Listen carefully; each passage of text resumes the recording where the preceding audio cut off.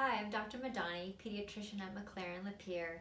Today I hope you join me for a short talk about the most common cause of tobacco use in adolescents. That's e-cigarettes. Now, how did they come about?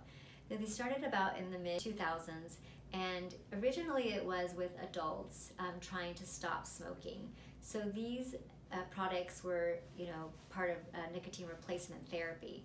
But unfortunately, the marketing system turned around, and these companies, which are sometimes owned by your prior tobacco industry companies, realized that there was a whole market of adolescents, middle school children that were not addicted yet and not users, but are potential customers.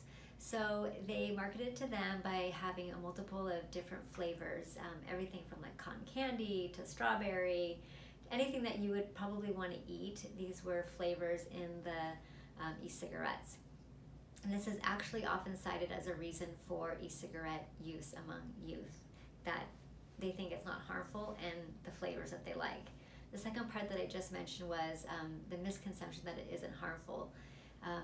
Nicotine in the e-cigarettes is equal and sometimes even more than a cigarette itself. Some things that people have quoted when we're studying, why are adolescents taking e-cigarettes? One, that they come in flavors. Two, they are safer than other tobacco products.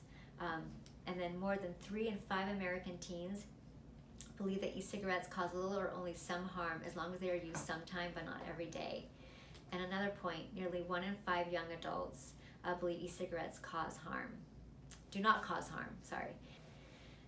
This next slide I liked because it reminds me of how cigarettes used to be marketed to others and how they are marketed now. You can see a lot of comparisons.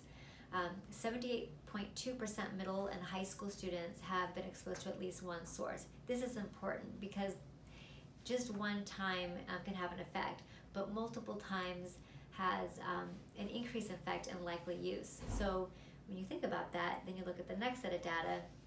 In 2000 to 2018, there was an increase in 78% in high school students. So just before we said the same amount of percentage of students were exposed at least one time, and then now these same students are actually using as well. I already mentioned this is the most common tobacco use in youth, and in 2018 we know that 1 in 5 high school students and 1 in 20 middle school students are using e-cigarettes. So if you have a middle school, high school child, or you're a friend or neighbor or family member, think about them. Count the number of kids that you know.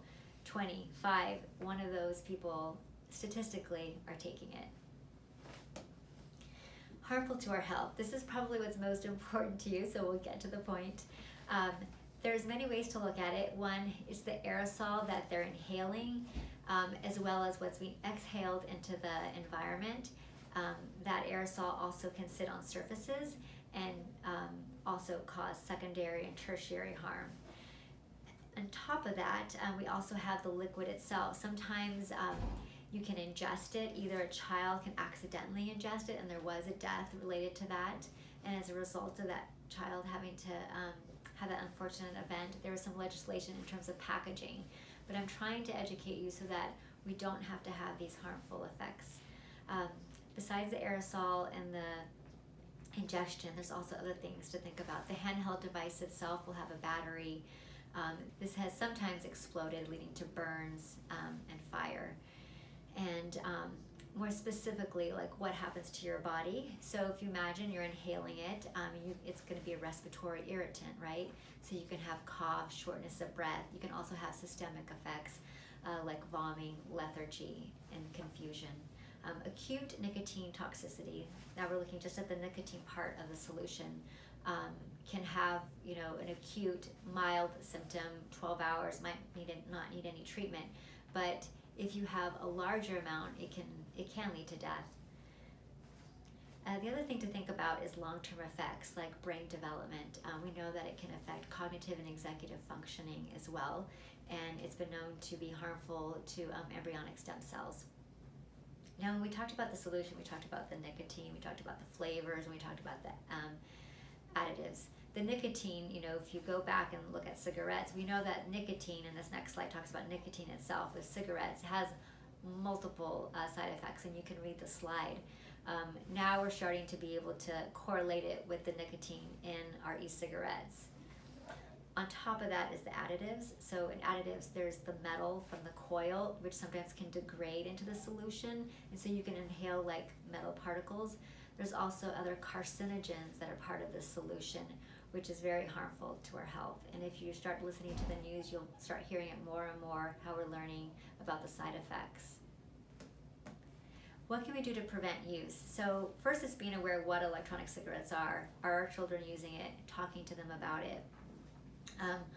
Is also educating our children about the traps that these businesses have sold to them, that it is harmful, that there are long-term effects, and that sometimes people will think if they just take one, that still is harmful. Just having one cigarette once a month can lead to addiction. There's multiple websites. I want you to use very good websites. The Surgeon General, the CDC, American Academy of Pediatrics has a healthychildren.org. These can give you links. This can educate you more in detail. This can talk to you about what to do, how to talk to your teens, and when to seek help with the pediatrician or with a counselor. There are many other different types of nicotine replacement that we use for adults, like the gum and the patches. As far as I know, there have been some studies in 2005 which did compare these, but really right now we're just trying to educate to prevent. And using these websites, there are media sources that can help with giving positive feedback to help students quit. And if needed, there could be some replacement therapy discussed with your pediatrician. Thank you for these several minutes of your attention. I hope this is helpful. Thanks.